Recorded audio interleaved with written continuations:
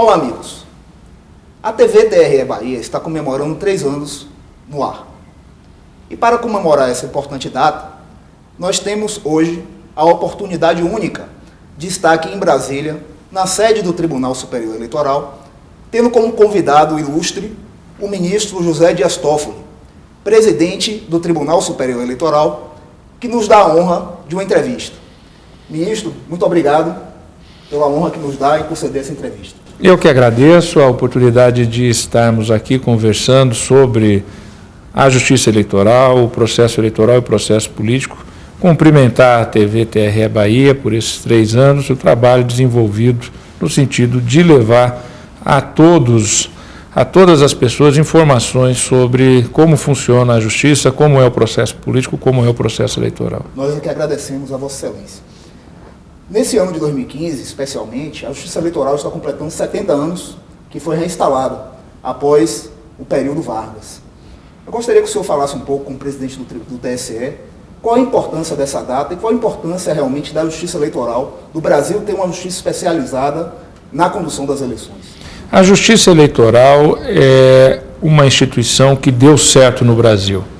Durante a chamada República Velha, que vai desde a proclamação da República em 15 de novembro de 1889 até outubro de 1930, o Brasil conviveu com um sistema eleitoral muito fragilizado do ponto de vista da sua segurança. O chamado período dos coronéis, em que as eleições eram tidas como fraudáveis ou como inseguras. E durante todo esse período, muitos defenderam e defendiam que se entregasse a organização das eleições para o Poder Judiciário, porque seria um poder neutro, que não disputa a eleição, e então seria uma maneira de se fazer eleições mais seguras. Um dos grandes defensores dessa ideia foi o gaúcho Assis Brasil. E em 1932, então surge, após a Revolução de 30, que uma das bandeiras do movimento tenentista era a criação exatamente da Justiça Eleitoral. Em 32 surge o Código Eleitoral e a criação da Justiça Eleitoral. Em 1937, novembro de 37, Getúlio Vargas estabelece o chamado Estado Novo, fecha o Congresso e acaba com as eleições no Brasil. De 1937 até 2 de dezembro de 45, não houve eleições no Brasil. Como não havia eleições, não havia razão de se ter uma justiça eleitoral. Com o fim da era Vargas, já em 1945, ainda com Vargas no poder, é recriada a Justiça Eleitoral em 28 de maio de 1945, através da Lei Agamenon Magalhães, porque foi o grande defensor desta lei e da reinstalação da Justiça Eleitoral. E naquela época, a Justiça Eleitoral, então, é reinstalada no dia 1º de junho de 1945, com a lei aprovada em 28 de maio, e tinha que fazer o recadastramento eleitoral, organizar as eleições em todo o Brasil, em 6 meses praticamente, porque as eleições marcadas para 2 de dezembro de 1945. E a Justiça Eleitoral conseguiu cadastrar 7 milhões, cerca de 7 milhões e meio de eleitores no Brasil inteiro, e esta população toda foi às urnas e votou para presidente da República, vice-presidente da República e para o Congresso, que se tornou o Congresso que elaborou a Constituição de 1946. Desde então, a Justiça Eleitoral está presente em todas as constituições brasileiras e ela é um órgão permanente que assegura a eleição limpa, a eleição em que o voto dado é o voto apurado, que aquele que foi proclamado eleito representa a vontade popular e cada vez mais com uma grande credibilidade. As eleições no Brasil, podemos dizer com muito orgulho, é um exemplo para todo o mundo democrático de todo o globo.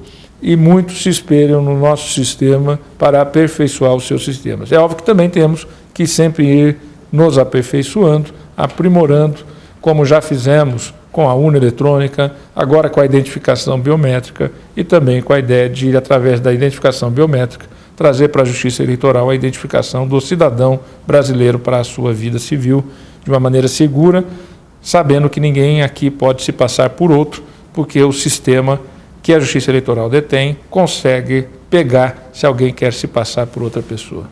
Pois é, ministro. o que o senhor falou realmente é muito importante, essa importância da justiça eleitoral, essa credibilidade.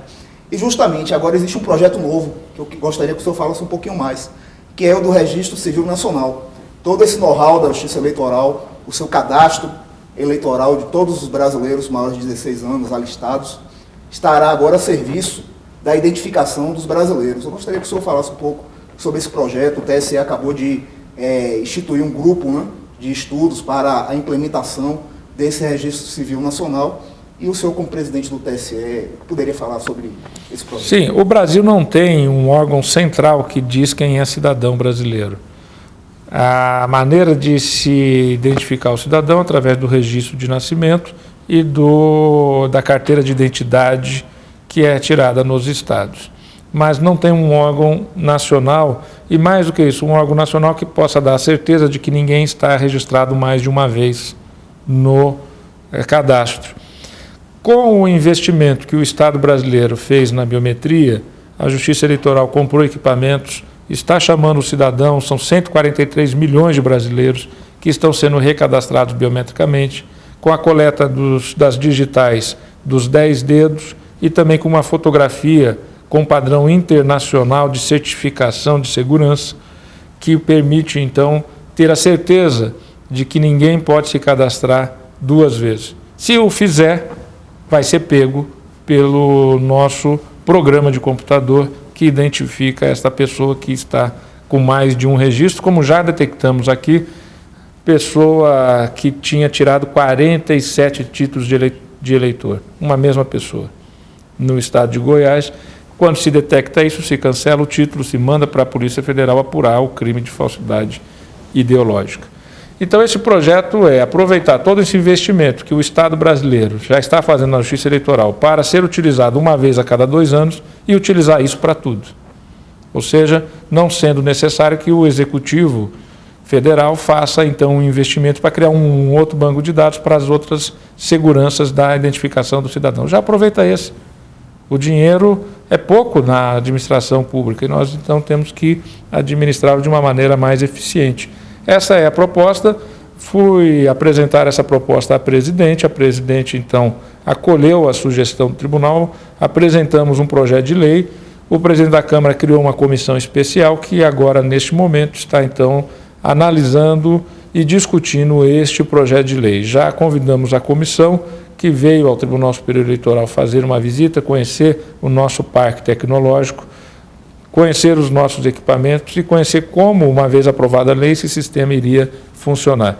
Então, nós estamos bastante otimistas de que o Congresso vai, tanto na Câmara quanto no Senado, fazendo os aperfeiçoamentos necessários, aprovar este projeto que trará uma segurança que vai evitar, por exemplo, que uma pessoa receba 10 Bolsas Famílias, 20 previdências sociais, aposentadorias, tire dinheiro do fundo de garantia em nome de outrem, que no sistema privado também haja fraudes, ou seja, garantindo que o cidadão ele não vai se passar por mais de uma pessoa. Na área da segurança pública, é muito comum uma pessoa ser condenada por um crime, depois ela é solta, depois de cumprir a pena, aí já se apresenta com uma outra documentação, isso tudo vai acabar, uma vez aprovado este projeto, e nós temos, então,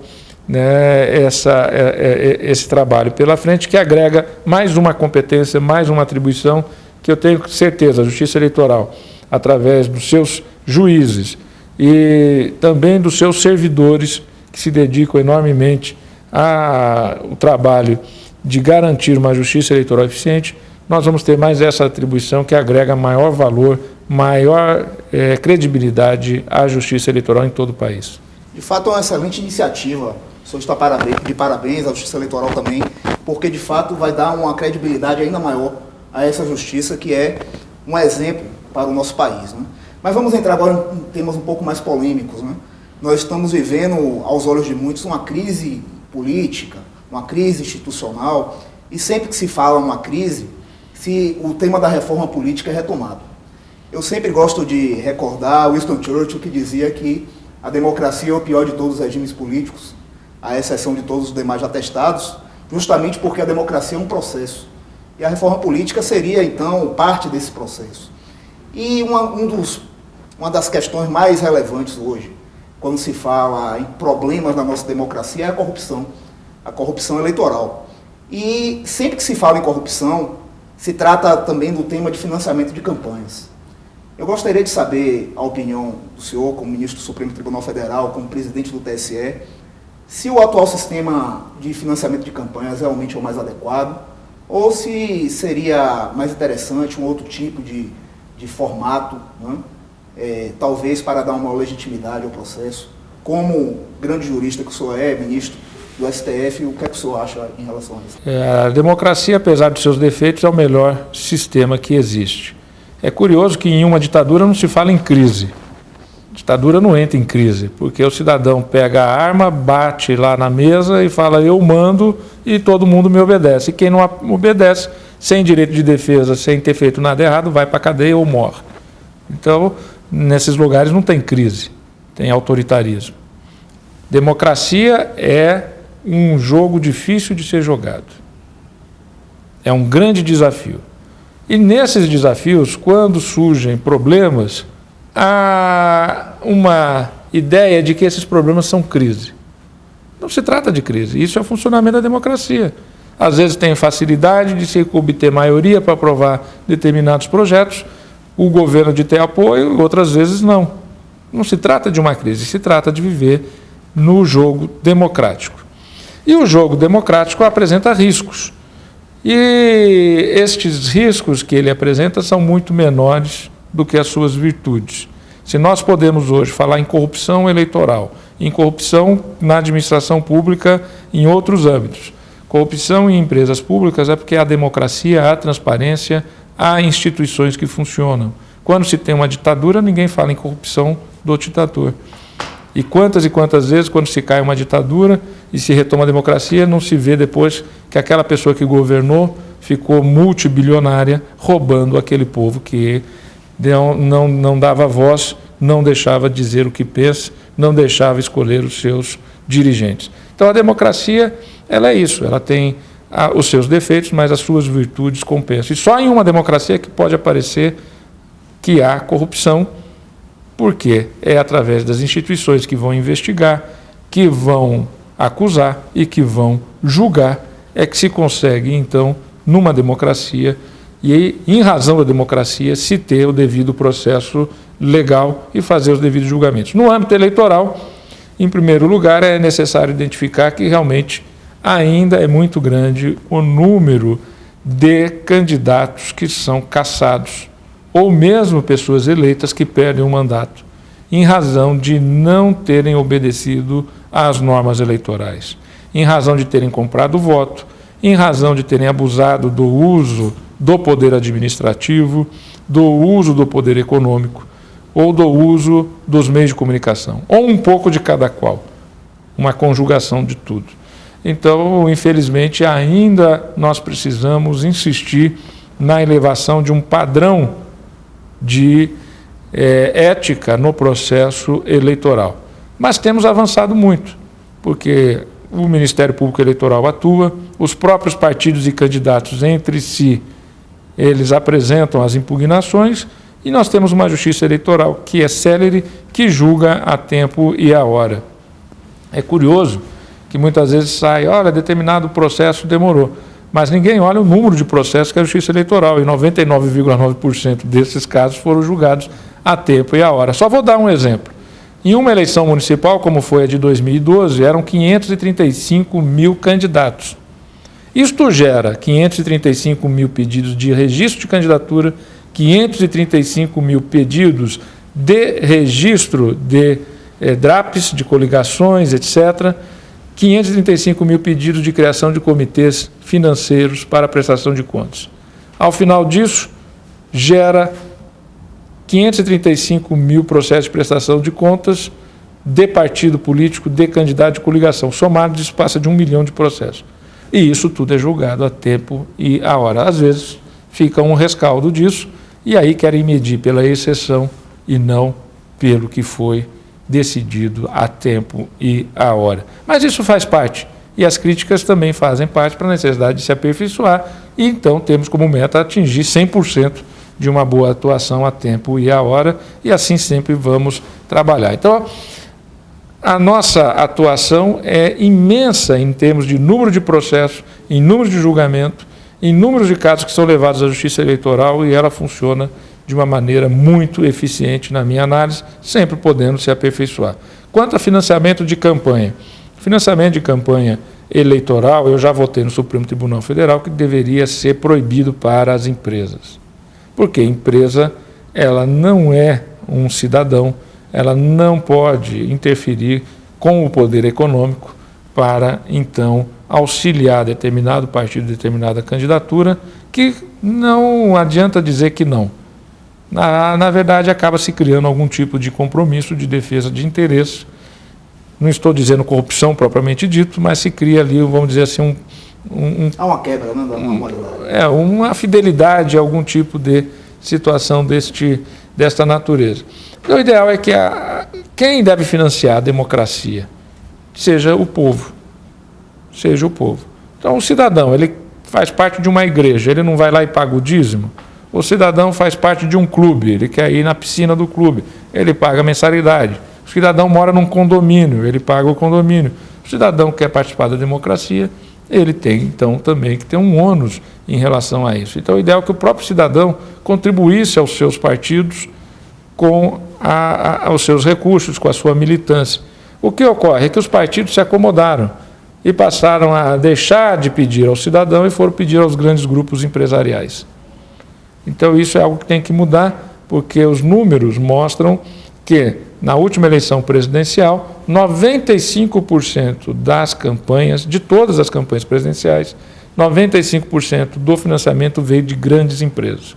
Basicamente do setor da construção civil, do sistema financeiro e do setor alimentício, concentrados em 3 setores da economia, financiaram praticamente todas as candidaturas. A candidatura que venceu e as candidaturas derrotadas. E, com isso também é uma maneira de, ao não se procurar o cidadão para participar com a energia do seu trabalho, que é o seu dinheiro, de um movimento político ideológico, o cidadão fica acomodado. Ele não se sente partícipe da política. E política e participação política e democracia não é só votar. Ela deve ser algo muito maior do que votar. É uma participação efetiva na construção de um processo coletivo democrático de deliberações, de decisões e de melhora da política e melhora do Estado brasileiro. Isso é um dever de todos. Daí até o voto no Brasil ser obrigatório, coisa que eu defendo, que tem que o ser, porque isso não é uma faculdade. Nós vivemos num Estado, nós temos uma nacionalidade, nós temos que participar, nós temos que votar, acertando ou errando, votando naquele que se acha que é o melhor, mas sempre através da democracia. Então, o ideal é afastar as empresas do processo político com doações. Por outro lado, é necessário sistemas de controle mais aperfeiçoados. Nós estamos aqui apresentando também, elaboramos e vamos apresentar um projeto de lei criando cargos para o nosso setor de controle, porque nós temos a obrigação, pela Constituição e pela legislação eleitoral, de fazer o controle das campanhas e da prestação de contas. E nós temos, então, que aumentar o nosso aparato fiscalizatório. Estamos dialogando muito com o Congresso Nacional, também no sentido de que há prestação de contas partidárias e a prestação de contas das campanhas eleitorais sejam online, porque aí é a melhor transparência, é o melhor controle. Todo e qualquer cidadão vai poder acompanhar quem o seu candidato, quem o seu partido está recebendo dinheiro.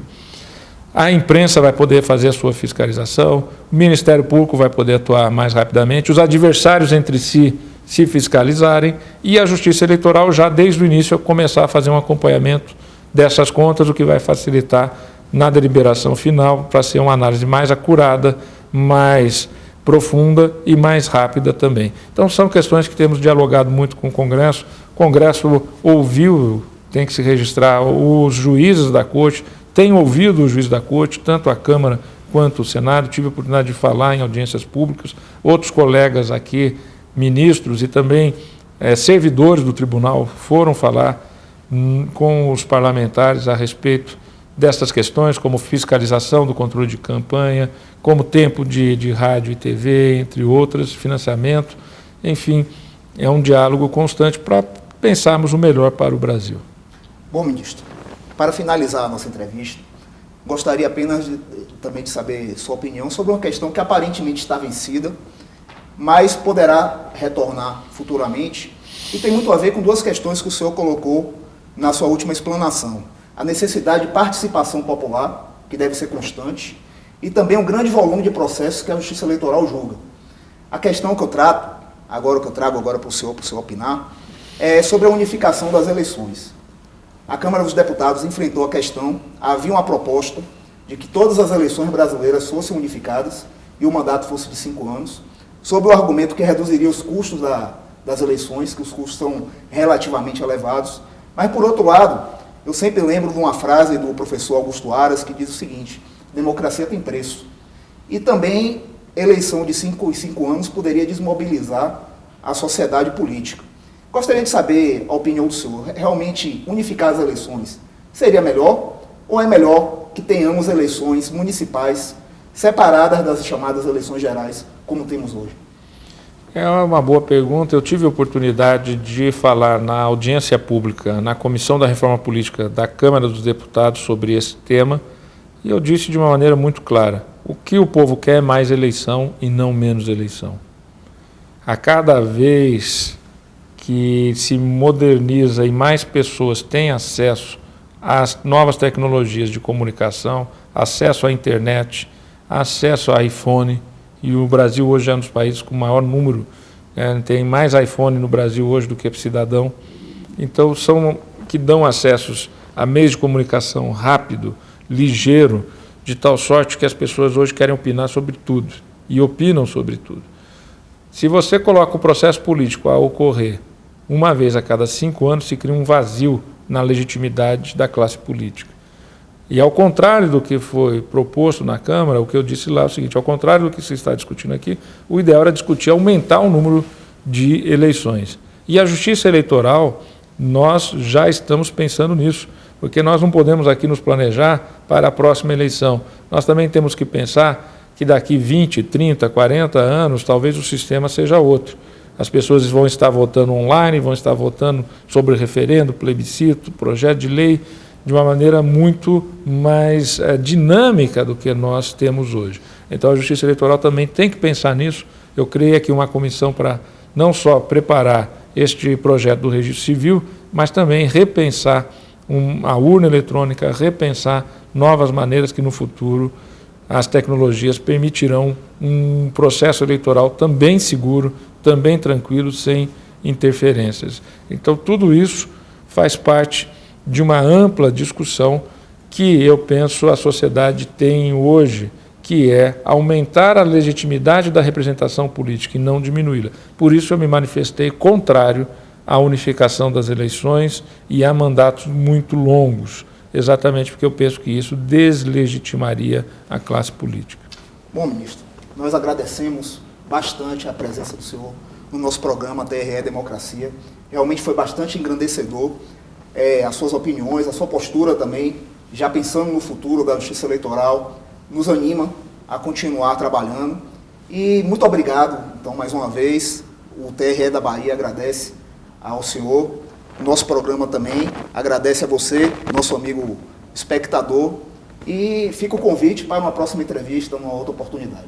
Se possível, em Salvador da Bahia, né, para ir lá fazer uma visita e conhecer e visitar o Tribunal Regional Eleitoral, e também agradecendo a oportunidade de estar dialogando com todos aqueles que nos assistem sobre esses projetos, essas ideias e esses debates. Muito obrigado. Muito obrigado, senhor. O programa TRE Democracia fica por aqui. Muito obrigado pela sua audiência e até a próxima.